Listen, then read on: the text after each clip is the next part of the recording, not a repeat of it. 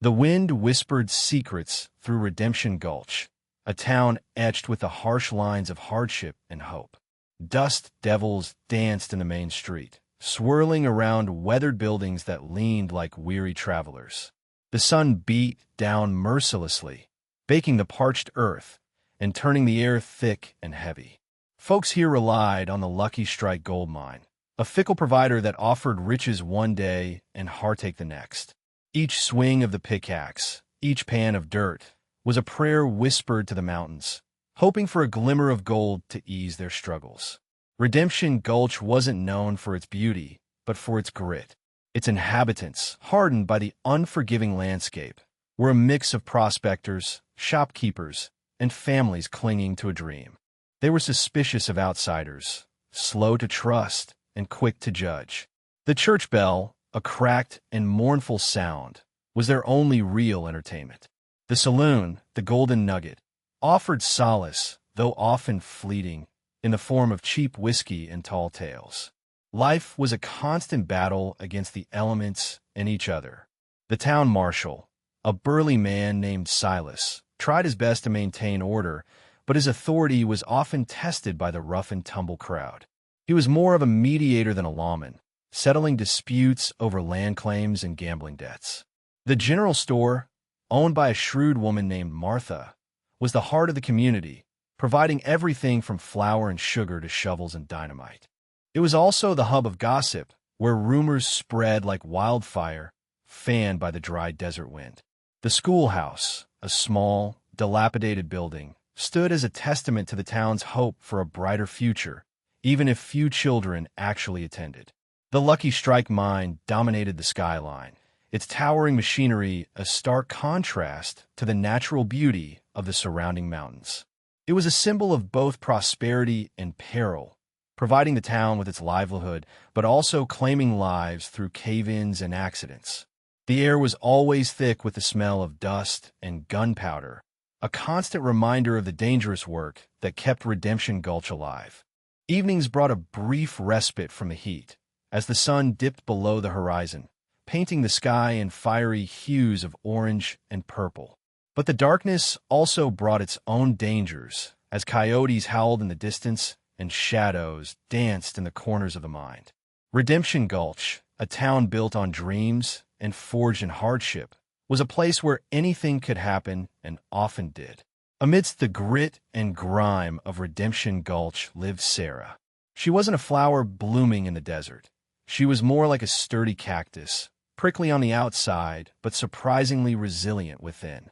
At 16, she was already a woman in many ways, her youthful features hardened by responsibility and a past she couldn't outrun. Her eyes, the color of the desert sky after a storm, held a depth that belied her age, a quiet understanding of the world's harsh realities. Sarah lived in a small, ramshackle cabin on the outskirts of town, a legacy from her late mother. The townsfolk whispered about her mother, Elara, calling her strange and mysterious. Some said she was a healer, others a witch. Elara had died when Sarah was only 10, leaving her to fend for herself. The whispers followed Sarah like a shadow, isolating her from the other children and casting a pall over her reputation. She worked tirelessly to make ends meet, taking on odd jobs, mending clothes, helping at the general store, even assisting the blacksmith with his bellows. Her hands were calloused and strong. Her back often ached, but she never complained. She possessed a quiet dignity that commanded respect, even from those who looked down on her. Unlike most girls her age, Sarah wasn't interested in fancy dresses or courting the young men of the town. Her passion was reading. She devoured every book she could get her hands on, losing herself in stories of faraway lands and brave adventures. The general store owner, Martha, often let her borrow books, recognizing Sarah's thirst for knowledge. Despite her intelligence and work ethic, Sarah was treated as an outsider. The other girls gossiped about her behind her back, their mothers warning them to stay away from the Alara's daughter. The boys, emboldened by their father's prejudices, teased her mercilessly. She learned to ignore their taunts, building a wall around herself to protect her heart from their cruelty. But beneath her tough exterior, Sarah yearned for acceptance. She longed to be seen as more than just the daughter of a mysterious woman. She wanted to be a part of the community, to share in their laughter and their sorrows. But Redemption Gulch was a town built on secrets and suspicions, and Sarah was an easy target for their prejudices. She was an anomaly, a reminder of a past they couldn't forget, a symbol of everything they feared. Yet, she persevered, holding on to her dreams and refusing to let the darkness of Redemption Gulch extinguish the light within her. She was determined to prove them wrong, to show them that she was more than just her mother's daughter. She was Sarah, and she would carve her own path in this unforgiving land. A strange unease began to settle over Redemption Gulch, a subtle shift in the town's rhythm that even the most oblivious couldn't ignore. It started with small things. Old Man Hemlock, known for his miserly ways, suddenly donating a large sum to the church. Mayor Peabody, a man of impeccable judgment, making a series of questionable decisions regarding the town's water supply. And Judge Thompson, normally stern and unyielding, inexplicably reducing the sentence of a notorious horse thief. But the most peculiar events revolved around Sarah. At first, it was just whispers. Old Man Hemlock leaving a basket of freshly baked bread on her doorstep. Mayor Peabody offering her a coveted position as his personal assistant, a job usually reserved for someone with far more experience. Judge Thompson gifting her a beautiful, leather-bound book of poetry, a rare treasure in Redemption Gulch. Then, the gifts became more extravagant. A bolt of fine silk for a dress, a pair of sturdy boots, even a small plot of land near the creek. The townsfolk watched with growing suspicion, their eyes narrowed, their tongues wagging. What was going on? Why were the town's most respected elders showering this outcast girl with such generosity? The wives, in particular, were incensed. They saw Sarah as a threat, a cunning young woman who was using her supposed charms to manipulate their husbands. They gathered in hushed tones, their faces etched with worry and resentment. Was she using witchcraft, like her mother before her? Or was she simply seducing the elders with her youthful beauty? The elders themselves seemed oblivious to the rising tension. They acted like men possessed, their eyes glazed over, their behavior erratic. They dismissed their wives' concerns, insisting that they were simply being kind to a young woman who had suffered enough. But their explanations rang hollow, their voices strained. Sarah, meanwhile, was bewildered by the attention. She tried to refuse the gifts, but the elders were insistent, their faces taking on a strange, almost desperate look. She felt uncomfortable, watched, and increasingly isolated. The whispers grew louder, the stares more intense. She knew that something was terribly wrong, but she couldn't understand what was happening or why she was at the center of it all.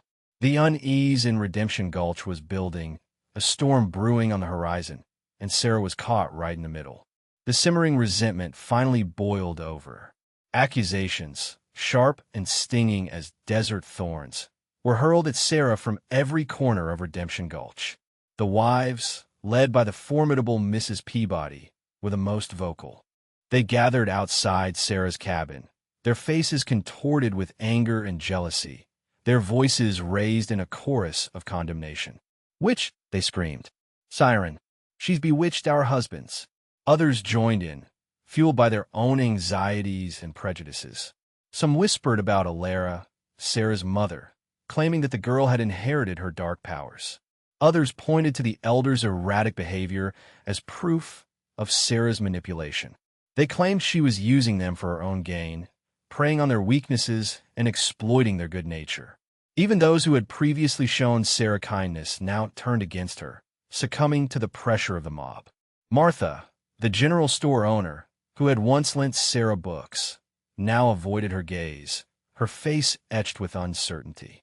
Silas, the town marshal, stood by passively, unwilling to intervene, his loyalties divided between his duty to uphold the law and his fear of the townsfolk's wrath. The accusations took on a life of their own, fueled by rumor and speculation. Some claimed that Sarah was poisoning the elders with her cooking. Others insisted that she was casting spells on them under the light of the full moon. The stories grew more outlandish with each telling, painting Sarah as a monstrous figure, a danger to the community. Sarah, trapped in her small cabin, listened to the accusations with a growing sense of despair. She knew they saw her as a scapegoat, a convenient explanation for the strange events that had befallen Redemption Gulch. She tried to reason with them, to explain that she had done nothing wrong, but her pleas were met with scorn and derision. They refused to listen, blinded by their own fears and prejudices. She was alone, isolated, and facing the full force of the town's collective anger. As the sun set, casting long, ominous shadows across the desert, Sarah knew that she was in grave danger. The accusations were escalating, the mood was turning ugly, and she feared that the townsfolk might take matters into their own hands. She had to find a way to clear her name, to prove her innocence before it was too late. But how could she fight against an entire town that had already condemned her? The air in the town hall was thick with tension, heavy with the weight of suspicion and fear. Every eye was fixed on Sarah, who stood alone in the center of the room, her chin held high despite the tremor in her hands. The makeshift courtroom was packed, the townsfolk crammed onto benches and leaning against the walls, their faces a mixture of anger, curiosity, and morbid anticipation. Mayor Peabody, his face flushed and his eyes darting nervously, banged his gavel, calling the meeting to order. "We are gathered here today," he announced, his voice wavering slightly, "to address the serious accusations leveled against Miss Sarah Ilera." Mrs. Peabody, standing beside her husband, glared at Sarah with undisguised contempt. "She's a menace," she declared, her voice shrill and accusatory. "She's using witchcraft to control our husbands, to steal our livelihoods, to destroy our town." One by one, the townsfolk stepped forward to testify against Sarah. They recounted the elders' strange behavior, the extravagant gifts, the questionable decisions. They spoke of Ilera's reputation, of the dark rumors that had haunted Redemption Gulch for years. They painted a picture of Sarah as a manipulative and dangerous woman, a threat to the very fabric of their community. Sarah listened in silence, her heart pounding in her chest. She tried to interject, to defend herself, but her words were drowned out by the chorus of accusations. The evidence presented against her was flimsy, based on speculation and prejudice, but the townsfolk were convinced of her guilt. They had already condemned her in their hearts. Even Silas, the town marshal, seemed to have turned against her. He sat at the back of the room, his face impassive, offering her no support. She had always believed that he was a fair man, but now she realized that he was just as susceptible to the town's prejudices as everyone else. As the trial progressed, Sarah felt her hope dwindling. The odds were stacked against her. She was alone, friendless, and facing a town that had already decided her fate. She knew that she needed a miracle to clear her name, but she didn't know where to turn. Just when she was about to give up, a voice cut through the noise, a voice of reason and skepticism. It was Jedediah, the young deputy, a newcomer to Redemption Gulch, who had been quietly observing the proceedings. He stepped forward, his eyes fixed on Mayor Peabody, his voice clear and unwavering. "With all due respect, Mayor," he said, "I believe we are jumping to conclusions. We have no real evidence to support these accusations. We are condemning this young woman based on rumors and suspicions." A murmur ran through the crowd, a ripple of surprise and confusion. Jedediah's words were a challenge to the town's collective judgment, a spark of doubt in a room filled with certainty. Could he be the miracle that Sarah needed? Jedediah's unexpected intervention hung in the air, a fragile thread of hope in a room thick with condemnation. He knew he was taking a risk, challenging the collective will of Redemption Gulch. But something about Sarah's quiet dignity, her unwavering gaze in the face of such hostility, had convinced him of her innocence. After the town meeting adjourned with no decision, Jedediah approached Sarah cautiously. "Miss Ilera," he said, his voice low and respectful, "I don't believe these accusations. I think something else is going on here." Sarah looked at him, her eyes filled with a mixture of surprise and gratitude. "Thank you, Deputy," she said softly. I don't know why this is happening, but I'm grateful that someone believes me. I want to help you, Jedediah said, but I need you to trust me. Can you tell me everything that's been happening, everything you've noticed about the elders' behavior? Sarah hesitated for a moment, then nodded. She recounted the strange gifts, the erratic decisions, the elders' glazed-over expressions. She told him about the whispers she had heard, the rumors about her mother, the growing sense of unease that had gripped Redemption Gulch. Jedediah listened intently, his brow furrowed in concentration.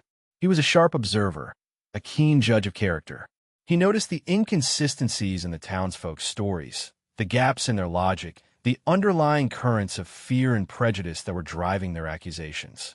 I think we need to look beyond witchcraft and seduction, he said thoughtfully. There's something else at play here, something that's affecting the elders' minds, making them act out of character. He decided to launch his own investigation, discreetly questioning the elders, examining their habits, searching for any clues that might explain their behavior. He started with Old Man Hemlock, known for his meticulous record-keeping. He found nothing out of the ordinary, except for a small bottle of tonic that Hemlock claimed was for his ailing nerves. He then spoke to Mayor Peabody, who was evasive and irritable, dismissing Jedediah's concerns as nonsense. However, Jedediah noticed a similar bottle of tonic on the mayor's desk, tucked away in a drawer. Finally, he visited Judge Thompson, who was more forthcoming, admitting that he had been feeling unusually sprightly lately, thanks to the tonic. He claimed that it was a miracle cure, provided by a traveling salesman who had recently passed through Redemption Gulch. Jedediah's suspicions were aroused. A traveling salesman selling a miracle tonic that made the elders act strangely? It sounded too good to be true. He decided to track down this salesman and find out what was really in that tonic. He knew that he was running out of time. The townsfolk were growing impatient, and if he didn't find proof of Sarah's innocence soon, they might take matters into their own hands. The truth was out there, somewhere, and Jedediah was determined to find it, even if it meant risking his own life. Jedediah followed the salesman's trail, a winding path through the unforgiving desert. He inquired at every settlement, every ranch, every trading post, asking about a man peddling a miracle tonic. Days turned into nights under a sky full of stars, and a relentless sun beat down on him. But he pressed on, fueled by his conviction that Sarah was innocent and by a growing sense of urgency. Finally, at a dusty crossroads town called Harmony Wells, he found someone who recognized the description. A grizzled old prospector remembered a slick-talking salesman who had bragged about his special brew and its ability to cure what ails you. The prospector even recalled seeing the salesman heading towards the abandoned Blackwood mine, a place known for its treacherous tunnels and forgotten secrets. Jedediah felt a shiver run down his spine. The Blackwood mine had a dark reputation. Legend had it that a rare, mind-altering fungus grew deep within its depths, a fungus that could warp perceptions and cloud judgment. Could this be the secret ingredient in the salesman's tonic? He rode towards the Blackwood mine, his hand resting on his gun, his senses on high alert. The mine loomed before him, a gaping maw in the side of the mountain, a silent testament to forgotten dreams and shattered hopes. The air was thick with the smell of dust and decay, and an eerie silence hung over the place. He dismounted and cautiously entered the mine, his footsteps echoing in the darkness. The tunnels were narrow and winding, the air heavy and stale. He could hear the sound of dripping water and the scurrying of unseen creatures. He pressed on, deeper and deeper into the earth, until he came to a large cavern. In the center of the cavern, he saw the salesman. He was surrounded by crates of tonic, his face illuminated by the flickering light of a lantern. Jedediah also saw something else, a patch of strange, glowing fungus growing on the cavern walls. It was unlike anything he had ever seen before, pulsating with an eerie light, its spores filling the air. The salesman looked up, his eyes widening in surprise. Well, he said, his voice dripping with false charm. What do we have here? The law come to pay me a visit. I know what's in that tonic, Jedediah said, his voice hard and unwavering. I know about the fungus. You've been poisoning the elders of Redemption Gulch, manipulating them for your own gain. The salesman's face hardened. You know too much, he said, reaching for a hidden weapon. Looks like I'm going to have to silence you. The chase began, a deadly game of cat and mouse in the dark and treacherous tunnels of the Blackwood mine.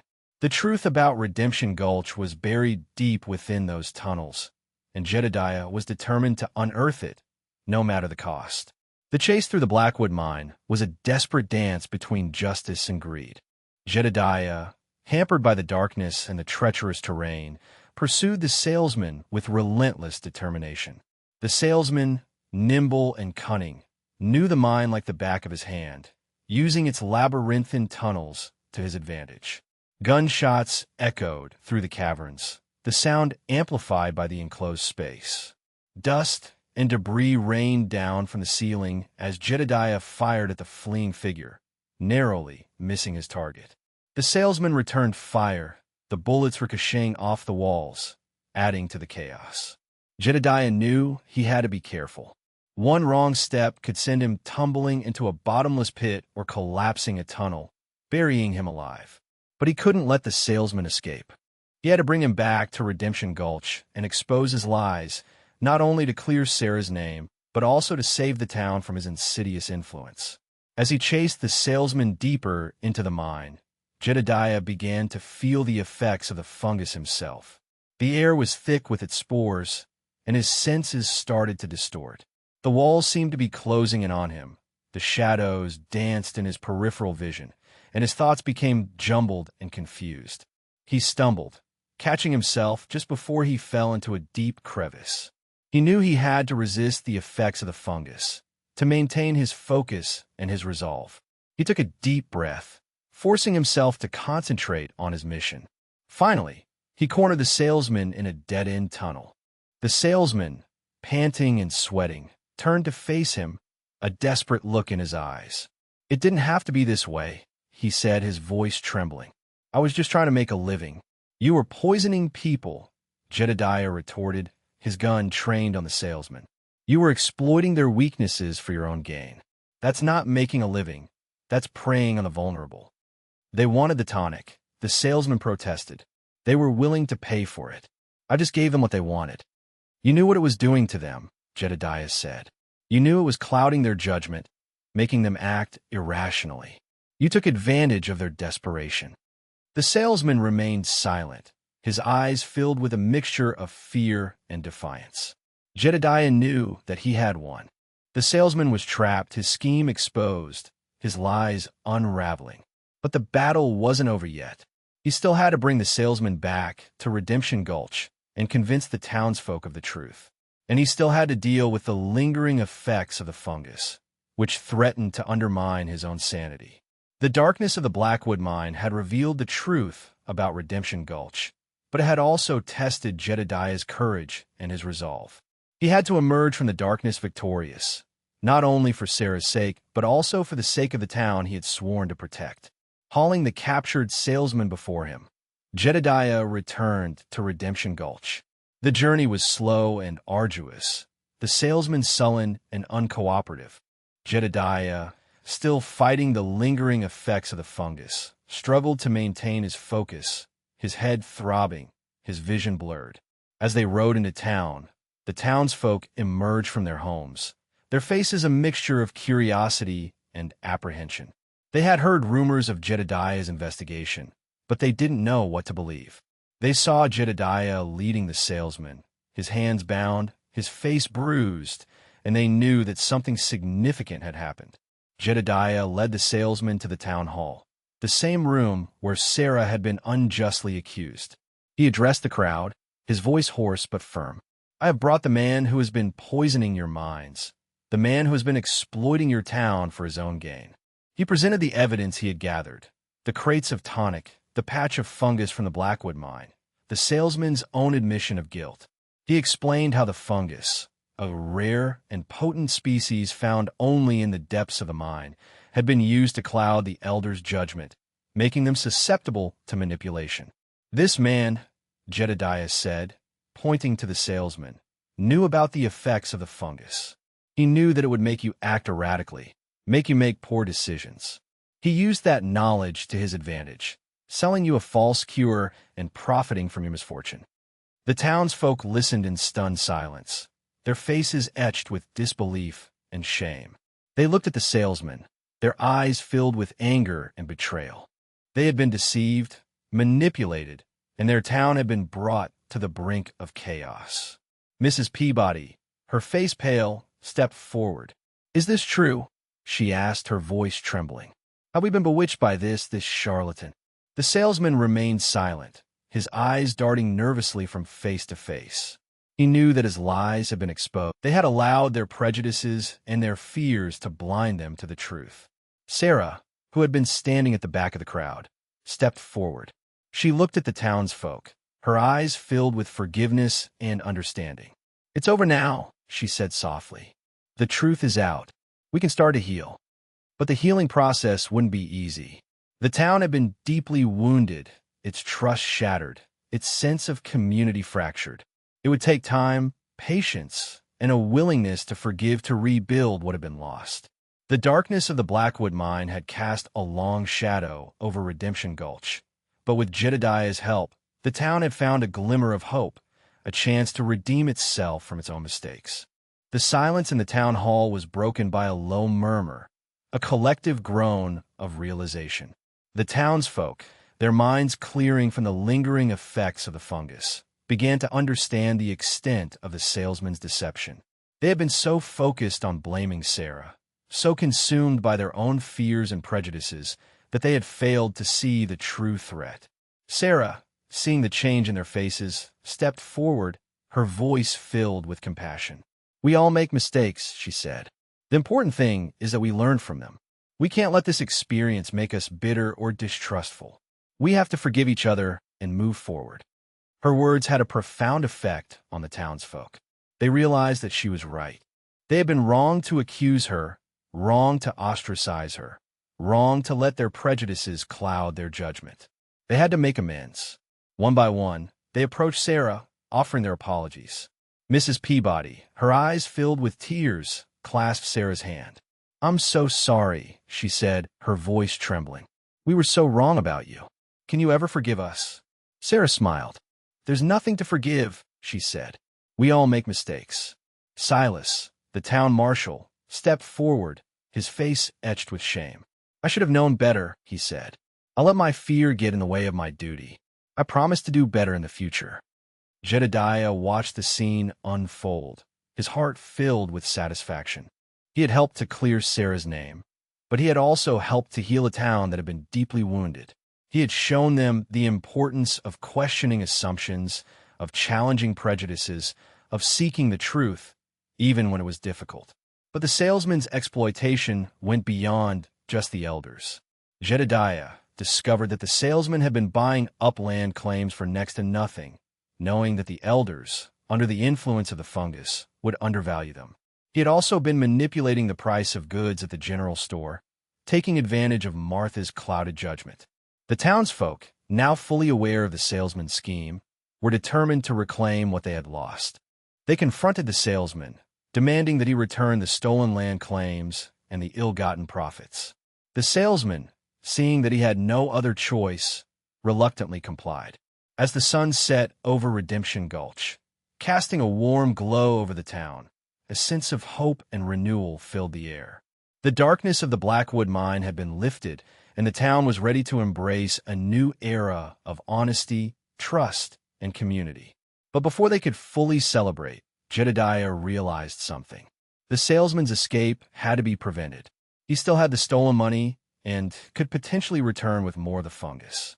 A new chase was about to begin. As Jedediah turned to secure the salesman, he noticed the man's eyes darting nervously toward the back exit of the town hall.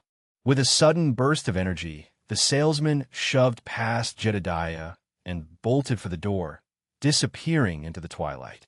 "He's getting away," Jedediah shouted, spurring the townsfolk into action. A wave of anger surged through the crowd, fueled by their sense of betrayal and their desire for justice. They surged forward, determined to capture the man who had deceived them. Jedediah, still weakened by the effects of the fungus, struggled to keep up. He knew that he couldn't let the salesman escape. He had to retrieve the stolen money and ensure that the man was brought to justice. Sarah, seeing Jedediah's struggle, stepped forward. "I can help," she said, her eyes filled with determination. Jedediah hesitated. He didn't want to put her in danger, but he also knew that she was resourceful and intelligent, and that she was driven by a strong sense of justice. "All right," he said, "but be careful." Together, they raced after the fleeing salesman, their footsteps echoing through the darkened streets of Redemption Gulch. The townsfolk followed close behind, their voices raised in a chorus of pursuit. The salesman, realizing that he was being chased, darted down a narrow alleyway, hoping to lose his pursuers. But Sarah, knowing the town like the back of her hand, anticipated his move. She cut through a side street, intercepting him just as he emerged from the alley. "You're not going anywhere," she said, her voice firm and unwavering. The salesman, seeing that he was cornered, drew a hidden knife. "Get out of my way," he snarled, his eyes filled with desperation. Sarah stood her ground, her gaze fixed on the salesman's eyes. She had faced down prejudice and accusations. She had endured hardship and isolation. She wasn't afraid of this man. "This ends here," she said. Just as the salesman lunged at her with a knife, Jedediah arrived, tackling him to the ground. The knife clattered to the pavement as the two men grappled, their bodies locked in a fierce struggle. The townsfolk surged forward, surrounding the salesman, their faces filled with anger and determination. They had been deceived and manipulated, but they were no longer victims. They were united, strong, and ready to defend their town. With Jedediah's help, they subdued the salesman, securing him with ropes and chains. The stolen money, which he had been carrying in a hidden pouch, was recovered. Justice had finally been served. As they led the salesman away, Sarah looked at Jedediah, her eyes filled with gratitude. "Thank you," she said. "You saved our town." Jedediah smiled. "We saved it together," he said, "and I think we make a pretty good team. So there's not much more to write about this point. We are supposed to be transitioning to a thrilling chase ensues. Jedediah and Sarah work together to apprehend the salesman and recover the stolen money. So I will work to produce a thrilling chase as best as I can, without adding too much about the fleeing." The rope chafed against the salesman's wrists as he stumbled through the darkened streets, Jedediah hot on his heels. The townsfolk, initially stunned, quickly rallied, their anger a palpable force. They emerged from their homes, lanterns illuminating their determined faces, ready to assist in the capture. Jedediah, knowing the salesman's desperation made him dangerous, drew his revolver. "Stop, or I'll shoot," he yelled, his voice echoing through the night. The salesman ignored the warning, his legs pumping furiously as he reached the edge of town, the vast, unforgiving desert stretching before him. He knew his only chance was to reach the cover of the canyons, to disappear into the maze of rock and shadow. Sarah, her heart pounding, ran alongside Jedediah, her knowledge of the terrain proving invaluable. "He's heading for Rattlesnake Gulch," she shouted, pointing toward a narrow ravine known for its treacherous footing and venomous inhabitants. "It's the quickest way to the canyons, but it's dangerous." Jedediah nodded grimly. "We have to cut him off." He grabbed a nearby horse, its saddle still warm from the day's work, and with a swift motion, mounted the animal. "Sarah, get Martha's wagon. We can use it to block the entrance to the gulch." Sarah, without hesitation, sprinted towards the general store, the townsfolk parting to clear her path. She quickly hitched 2 sturdy mules to Martha's wagon, its wooden wheels creaking in protest as she urged them forward.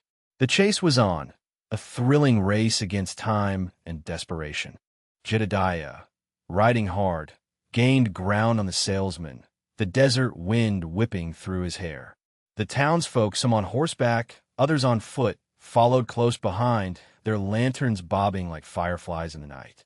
Sarah, skillfully maneuvering the wagon, arrived at the entrance to Rattlesnake Gulch just as the salesman was about to enter.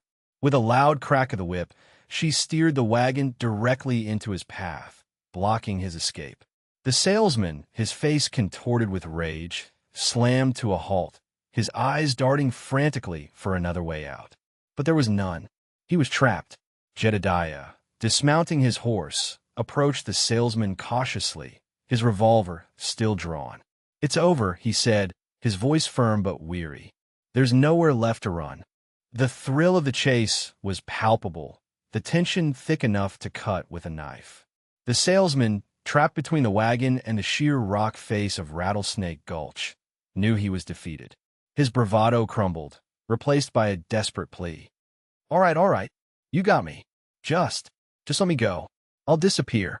I'll never come back." Jedediah remained unmoved. "That's not how it works," he said, his voice steady. "You're going to answer for what you've done." He stepped forward, reaching to disarm the salesman, but the man, fueled by a last surge of adrenaline, lunged forward, knocking Jedediah off balance. Before Jedediah could react, the salesman grabbed Sarah, pulling her in front of him as a human shield. He pressed the cold steel of his knife against her throat. "Back off," he screamed, his voice cracking with desperation. "Or she gets it." A gasp rippled through the crowd of townsfolk. Jedediah froze, his heart pounding in his chest. He couldn't risk Sarah's life. Sarah, despite the knife at her throat, remained remarkably calm. She looked at Jedediah, her eyes conveying a message. Don't worry about me. Just do what you have to do. Star. Thinking quickly, Sarah used her knowledge of herbs and plant from her mother, Elara. She had noticed some wild mint growing by the entrance to Rattlesnake Gulch. In the scuffle, Sarah stomped hard on the ground, kicking up dust and the potent scent of wild mint. The spores from the mint instantly filled the air, hitting the salesman's nose. The salesman began coughing violently, his grip on Sarah loosening. With a swift movement, Sarah twisted free, kicking the knife from his hand. Jedediah, seizing the opportunity, tackled the salesman, pinning him to the ground. The townsfolk surged forward, securing him with ropes and chains. This time, there would be no escape. With the salesman subdued, Jedediah retrieved the stolen money, a pouch filled with gold coins and paper currency. He distributed the money fairly among the townsfolk who had been cheated, restoring their faith in justice and fairness. As they led the salesman away, Sarah turned to Jedediah, a smile playing on her lips. "Not bad for a witch's daughter, huh?" she quipped. Jedediah laughed, relief washing over him. "Not bad at all," he said. "In fact, I think you just might be the bravest person I know." The town began to buzz. It was a great relief to see justice, and they were happy that they were able to recover the stolen money. Redemption Gulch was once again ready to move forward. With the salesman behind bars and the stolen money returned, Redemption Gulch began its slow but steady journey towards healing. The elders, freed from the insidious influence of the fungus, gradually regained their clarity of mind and their sense of purpose. Mayor Peabody, once erratic and indecisive, returned to his role as a wise and respected leader. Judge Thompson, known for his fairness and integrity, resumed his duties, dispensing justice with a steady hand. And Old Man Hemlock, ever the pragmatist, focused on rebuilding the town's finances, ensuring that everyone had a fair chance to prosper. But the most significant change was in the town's attitude towards Sarah. No longer seen as an outcast or a threat, she was embraced by the community as a hero. The other girls who had once shunned her now sought her friendship, admiring her courage, her intelligence, and her unwavering compassion. The boys, humbled by her bravery, treated her with respect and admiration. Sarah, for the first time in her life, felt like she truly belonged. She had found a place in Redemption Gulch, a community that valued her for who she was, not for who her mother had been. She worked tirelessly alongside Jedediah, helping him to maintain order and to protect the town from future threats. She used her knowledge of herbs and plants, passed down from her mother, to heal the sick and injured. She used her intelligence and her compassion to mediate disputes and to resolve conflicts. She became a beacon of hope for Redemption Gulch, a symbol of resilience, forgiveness, and the power of the human spirit. Even Martha, the general store owner, who had once wavered in her support for Sarah, now treated her like a daughter, offering her advice, encouragement, and a shoulder to lean on. Silas, the town marshal, who had once stood by passively, now looked to Sarah for guidance, recognizing her wisdom and her unwavering sense of justice. The whispers about Alara, Sarah's mother, began to fade, replaced by stories of Sarah's bravery and her compassion. The townsfolk realized that they had been wrong to judge Alara based on rumors and suspicions. They had been blinded by their own fears and prejudices. As the sun set over Redemption Gulch, casting a warm glow over the town, Sarah stood on the outskirts of town, watching the sunset over the desert, a sense of peace and contentment washing over her. She had faced down prejudice, overcome adversity, and found a place where she truly belonged. Jedediah joined her, his eyes reflecting the fiery hues of the setting sun. He had been instrumental in clearing her name, in exposing the salesman's scheme, and in helping Redemption Gulch to heal. "It's beautiful, isn't it?" Sarah said, her voice soft and filled with awe. Jedediah nodded, his gaze fixed on Sarah's face. "It is," he said, "but not as beautiful as you." Sarah blushed, her heart skipping a beat. She had grown to admire Jedediah's courage, his intelligence, and his unwavering sense of justice. She knew that he was a good man, a man who cared deeply about Redemption Gulch and its people. "What are you going to do now?" she asked. "Are you going to stay in Redemption Gulch?" Jedediah smiled. "I haven't really thought about it," he said. "I suppose that depends on whether or not you need a deputy." Sarah laughed. "I think I could use a good deputy," she said. "Someone who's not afraid to stand up for what's right, even when it's not popular." Jedediah's eyes met hers, and for a moment, time seemed to stand still. They both knew that their partnership was more than just professional. There was a spark between them, a connection that transcended words. "Then I guess I'm staying," Jedediah said, his voice low and sincere. They stood in silence for a moment, gazing at each other, their hearts filled with hope and anticipation. The future was uncertain, but they knew that they